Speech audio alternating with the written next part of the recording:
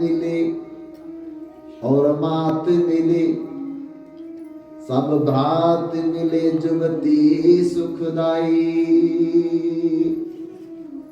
लोक मिले सुरलोक मिले, विधिलोक मिले बैकुंठ बुझाई। राज मिले गजराज मिले, सब साज मिले वांछित फल पाई। सुंदर साज सभी मिल जाए, पर दुर्लभ संत समागम भाई। स्वर्ग मिल जाएगा, मोक्ष मिल जाएगा, अरे राजपद मिल जाएगा, युवराज पद मिल जाएगा, नेता पद मिल जाएगा, अभिनेता पद मिल जाएगा, मंत्री संतरी प्रधानमंत्री पद मिल जाएगा, लेकिन भगवान की भक्ति सत्संग ये मिलना बहुत कठिन है। जब भगवान राम रावण को मार करके अयोध्या में सबको इनाम बांटने लगे, तो सबको इनाम दिया, हनुमान को कुछ नहीं दिया। माता सीता को अच्छा नहीं लगा और भगवान राम के बाएं तरफ बैठे बैठे माता सीता ने प्रभु राम से कहा कि हनुमान ने इतनी सेवा की और उसको आपने कुछ भी नहीं दिया। भगवान राम कहते इसीलिए कुछ नहीं दिया कि मैं क्या दूं, समझ नहीं पा रहा। सबको तो समझ करके दे दिया, लेकिन हनुमान ने इतनी सेवा की है कि मैं इसको क्या दूं, मुझे समझ में नहीं आ रहा। मां सीता ने कहा समझ में नहीं आ रहा तो उसी से पूछ लो क्या चाहिए। भगवान राम ने कहा समस्या का समाधान कर दिया देवी आपने। हनुमान जी को बुला करके पूछा कि हनुमान मैं दुविधा में था कि आपको क्या दूं, बोलो आप क्या चाहते हो। हनुमान ने कहा कि प्रभु आपने बाकियों को क्या दिया। तो भगवान राम ने कहा किसी को युवराज पद दिया, किसी को राज पद दिया, किसी को मुक्ति पद दिया, किसी को मंत्री पद दिया। तो हनुमान जी कहते सबको आपने एक एक पद दिया है, पर हम एक नहीं लेंगे, हम 2 पद लेंगे। सब हंसने लगे, हनुमान कितना लोभी कितना लालची है। अगर भगवान ने पूछ ही लिया कि तुम अपनी मर्जी से हमसे मांग लो क्या चाहते हो, बाकी को एक एक पद दिया और ये 2 पद मांग रहा है। पर प्रभु राम ने कहा हनुमान कौन से 2 पद चाहते हो। हनुमान जी दौड़ करके चले गए, भगवान के दोनों पद पकड़ लिए, कहते ये मुझे पद चाहिए। अर्थ न धर्म न काम रुचि, चाहु न पद निर्वाण। जन्म जन्म रति राम पद, ये वरदानु न आन। प्रभु मुझे धर्म अर्थ काम और मोक्ष नहीं चाहिए, बस एक ही वर मांगू राम कृपा कर देहु। जन्म जन्म रति राम पद, जे वरदान घटने हूँ। मुझे आपके चरण चाहिए, आपकी भक्ति चाहिए, आपकी सेवा चाहिए, मुझे और कुछ भी नहीं चाहिए।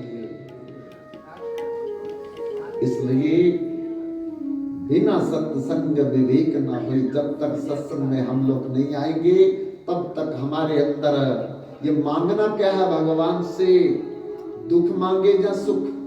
तो हम तो आज तक दुख ही मांगते, सुख तो मांगा नहीं। नौकरी दे दो, नेता बना दो, मंत्री बना दो, अच्छे घर में शादी करवा दो, प्रमोशन दिला दो, जमीन दिला दो 2-4 एकड़, ये दुख है, यही मांगा आज तक। और भगवान दुखी है इसी बात से कि जब तक ये मेरे से मेरी भक्ति नहीं मांगेंगे, सेवा नहीं मांगेंगे, तब तक इनको सुख नहीं मिलने वाला। क्यों? क्योंकि इस संसार में in excess everything is bad. इस संसार में जितना कुछ ज्यादा जिसके पास है वो उतना ज्यादा दुखी है। निर्धन कहे धनवान सुखी, धनवान कहे सुख राजा को बारी। राजा कहे महाराजा सुखी, महाराजा कहे सुख इंद्र को बारी, इंद्र कहे ब्रह्मा सुखी, ब्रह्मा कहे सुख विष्णु को बारी।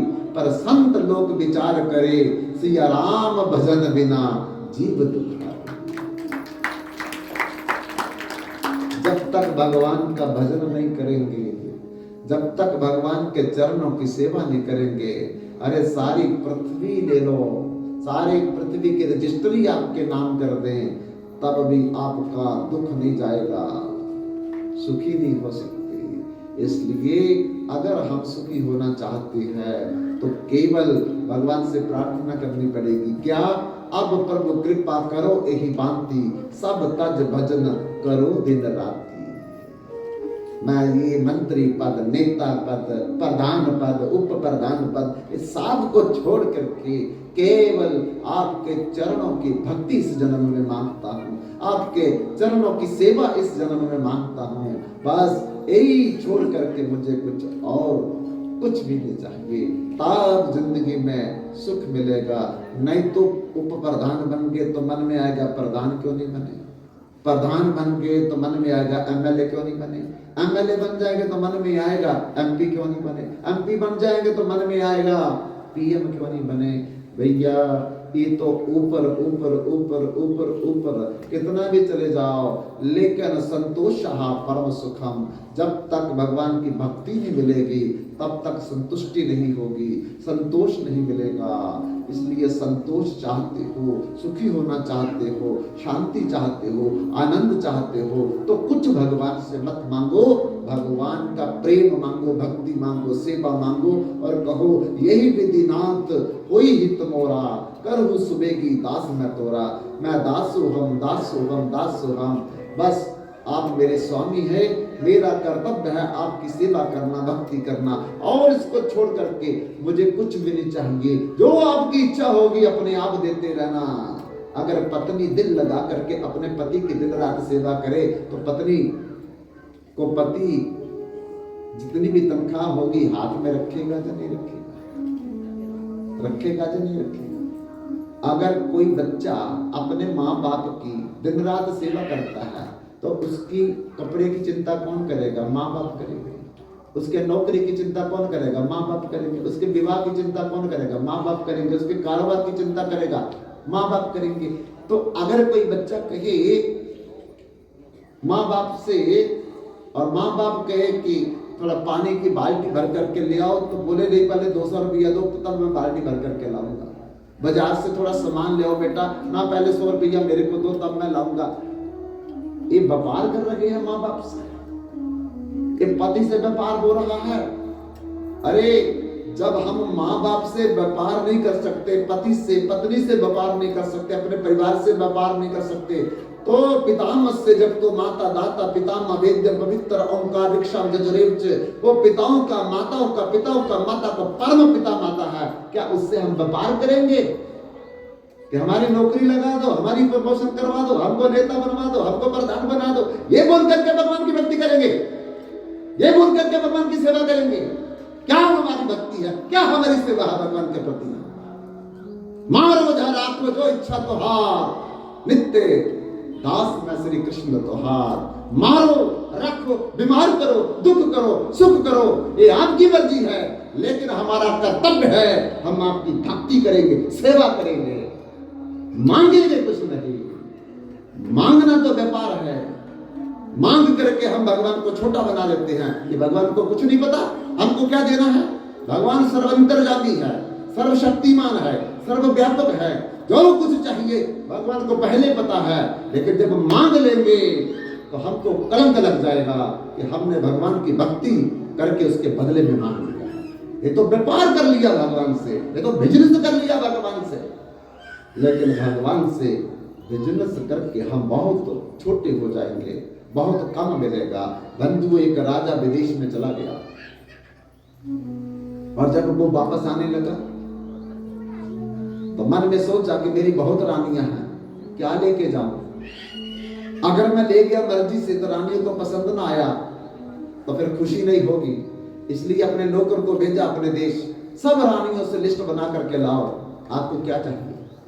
वो नौकर अपने देश आया, एक एक रानी के पास जाकर के पूछा और लंबी लंबी लिस्ट बना करके रानी ने बना दी, मुझे ये चाहिए, मुझे ये चाहिए, मुझे ये चाहिए, मुझे ये चाहिए।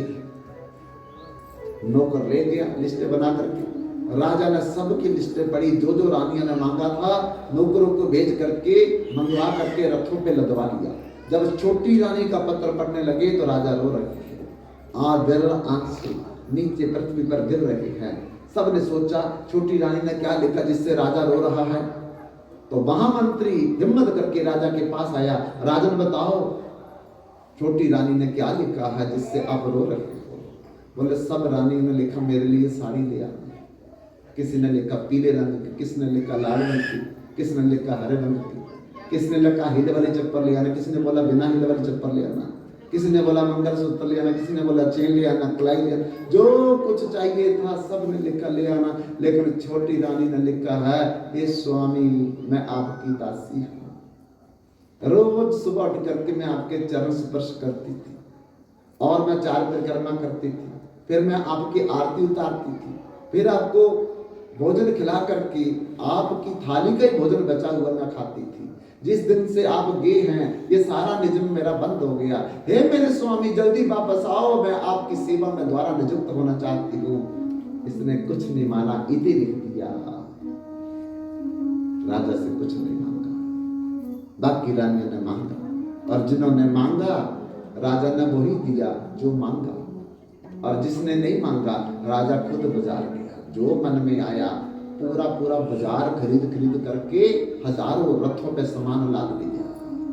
जब देश में आया जिस रानी ने जो मंगवाया था नौकर के हाथ भेज दिया, नौकर के हाथ भेज दिया, नौकर के हाथ भेज दिया, नौकर के हाथ भेज दिया। राजा नहीं गया, राजा छोटी रानी के महल में रथ भी लेकर के खुद भी राजा वहीं गया। और तब से राजा छोटी रानी के घर में रहने लगा। बड़ी रानी को बड़ी चिंता हुई कि राजा नाराज हो गया, क्या बात है, राजा हमारे महलों में आते नहीं हैं। इकट्ठी होकर के राजा के पास एक दिन गई, अभी तो आप छोटी रानी के महल में रहते हो, हमारे पास आते नहीं, खबर भी नहीं लेते।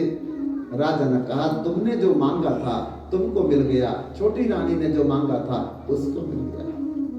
बंधुओं भगवान से ये दे दो, ये दे दो, ये दे दो, भगवान से मत मांगो, भगवान को ही मांगो और सब कुछ अपने आप ही आ जाएगा। क्यों? ओम पूर्णमदा पूर्णमिदं पूर्णात् पूर्णमुदच्यते पूर्णस्य पूर्णमेवाय पूर्णमेवावशिष्यते। भगवान पूर्ण है, सारा संसार ही, सारी जमीन ही, अनंत कोटि ब्रह्मांड ही हमारे नाम में रजिस्ट्री कर देते हैं। भगवान क्या छोटी छोटी चीजें मांगते हैं भगवान से। अरे बस भले हाथ भी जोड़ करके भगवान के आगे खड़े हो जाओ, माथा भी टेक दो, एक केला ले आओ, एक सेब ले आओ, एक लड्डू ले आओ, लेकिन बदले में कभी कुछ मांगना नहीं भगवान से। इसका मतलब हम भगवान से मांगते हैं तो भगवान को पता नहीं कि हमको क्या चाहिए, जबकि भगवान सर्वंतर्यामी है। केवल भगवान से प्रेम करो, केवल भगवान की सेवा करो निष्काम।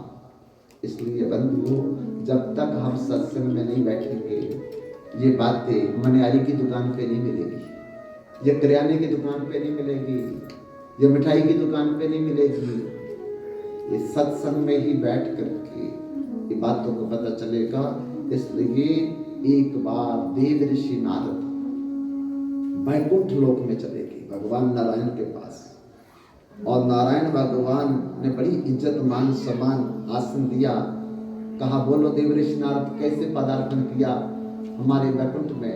नारद जी ने कहा कि प्रभु आप मुझे बताओ कि सत्संग की महिमा क्या है, सत्संग का लाभ क्या है। नारायण भगवान ने कहा कि नारद मैं अपने मुख से वर्णन नहीं कर सकता, अगर तुम सत्संग का लाभ सुनना चाहते हो तो बद्रीनाथ चले जाओ। और भगवान बद्रीनाथ के पीछे एक खैर के पेड़ों का बगीचा है और उस बगीचे में एक गिरगिट रहता है, वो गिरगिट बताएगा तेरे को सत्संग की। नारद जी बद्रीनाथ जाकर के खैर के बगीचे में जाकर के उस गिरगिट के सामने खड़े होकर के कहते हैं, ये गिरगिट मुझे भगवान नारायण ने भेजा है, सत्संग की महिमा सुनाओ। और जैसे नारद जी ने सत्संग की महिमा के बारे में पूछा तो गिरगिट का राम नाम सत्य हो गया, वो पेड़ से नीचे गिर गया। नारद जी घबरा करके भगवान के पास गए, प्रभु अनर्थ हो गया, क्या हुआ? गिरगिट तो मर गया।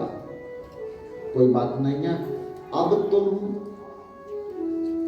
काशी में चले जाओ, वहां हरिश्चंद्र घाट के पास एक आम का बगीचा है, और उस आम के बगीचे में एक पिंजरे में तोता लटका हुआ। उस तोते से पूछो कि सत्संग की महिमा क्या है। नारद जी काशी में जाकर के हरिश्चंद्र घाट के पीछे एक आम के बगीचे में जाकर के देखा, पिंजरे में तोता बैठा है। उससे जाकर के पूछा कि नारायण भगवान ने कहा है, मुझे बताओ सत्संग की महिमा क्या है। जैसे सत्संग की महिमा का नाम लिया, तोता मर गया। नारद जी फिर भगवान के पास आए, अनर्थ हो गया प्रभु, वो तोता भी मर गया। बोले चिंता मत करो, अब वृंदावन चले जाओ, केसी घाट के पास एक गैया और एक बछड़ा बैठे हैं जमुना के किनारे। उस बछड़े के कान में जाकर के पूछना कि सत्संग की महिमा क्या है। नारद जी वृंदावन में आकर के केसी घाट जमुना के किनारे उस बछड़े के कान में जाकर के पूछते हैं, नारायण भगवान ने कहा है, मुझे बताओ सत्संग की महिमा क्या है। जैसे नारद जी ने पूछा, बछड़ा शरीर छोड़ करके राम नाम सब तो गया, अब तो बड़ा भारी दुख लगा। नारद जी को भगवान के पास फिर आए, प्रभु वो बछड़ा भी शरीर छोड़ करके चला गया। भगवान कहते तो अब ऐसा करो, मदर देश के राजा के घर में एक बालक ने जन्म लिया हुआ है, उस बालक से जाकर के पूछो कि सत्संग की महिमा क्या है। नारद जी डर गए, आगे गिरगिट मर गया, तोता मर गया, बछड़ा मर गया, बच गया मैं। अब राजा का पुत्र मर जाएगा तो राजा मुझे सूली पर चढ़ा देगा, लेकिन भगवान कह रहे हैं कि तुम्हें जाना पड़ेगा।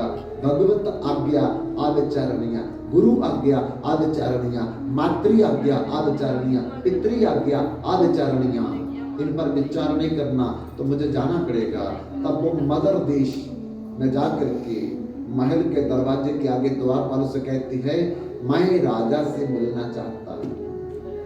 द्वारपाल ने खबर दी, राजा दौड़ करके देव ऋषि नारद को लेने के लिए आए, प्रणाम किया, गले में माला डाली और आरती उतारी और अपने सिंहासन पर ला करके बिठा दिया। मैं आपकी देव ऋषि नारद जी क्या सेवा कर सकता हूं?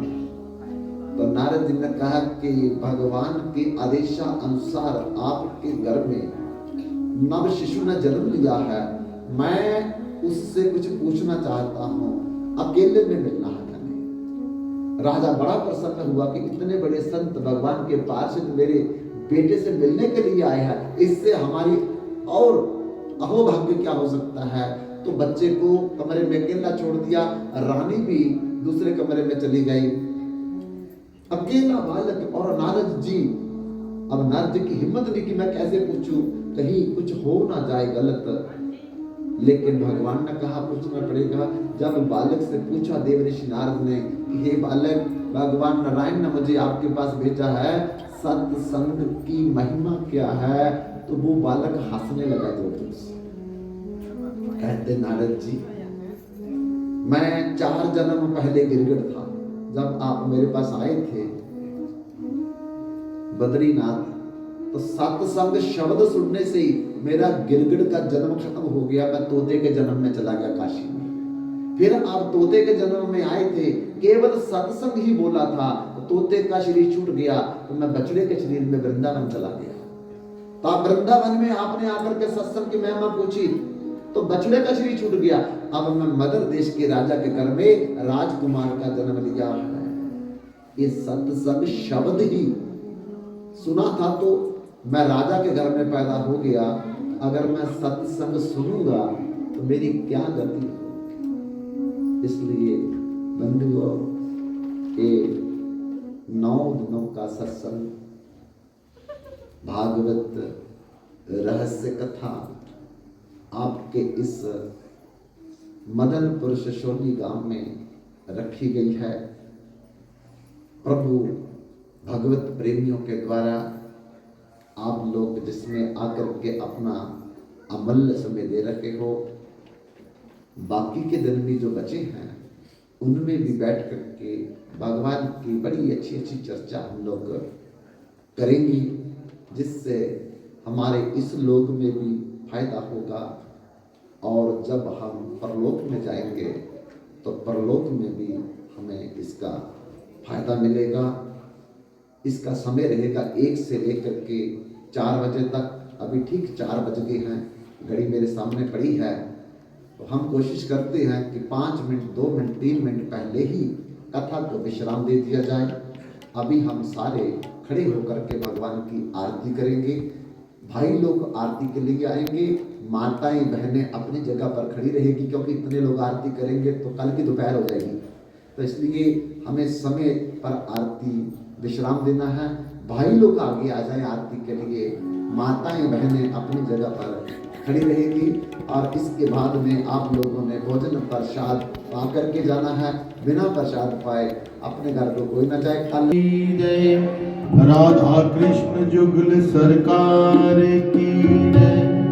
मैं आरती तेरी गाऊं हो केशव कुंज बिहारी। मैं आरती तेरी गाऊं हो केशव कुंज बिहारी। मैं नित नित शीश झुकाऊं हो केशव कुंज बिहारी। मैं नित नित शीश झुकाऊं केशव कुंज बिहारी। ओ केशव कुंज बिहारी हो मोहन गिरवरधारी। ओ केशव कुंज बिहारी ओ मोहन गिरिवरधारी। मैं नित नित शीश झुकाऊं हो मोर मुकुटधारी। मैं नित नित शीश झुकाऊं मोर मुकुटधारी।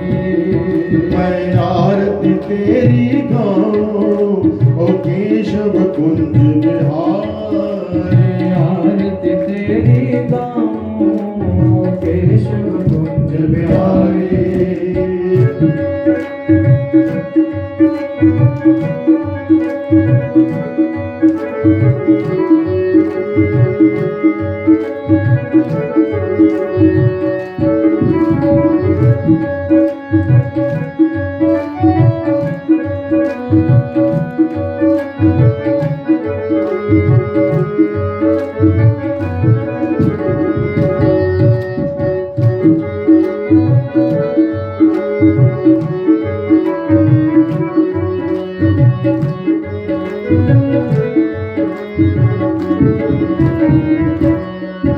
है तेरी छवि अनोखी ऐसी ना दूजी देखी। है तेरी छवि अनोखी ऐसी ना दूजी देखी।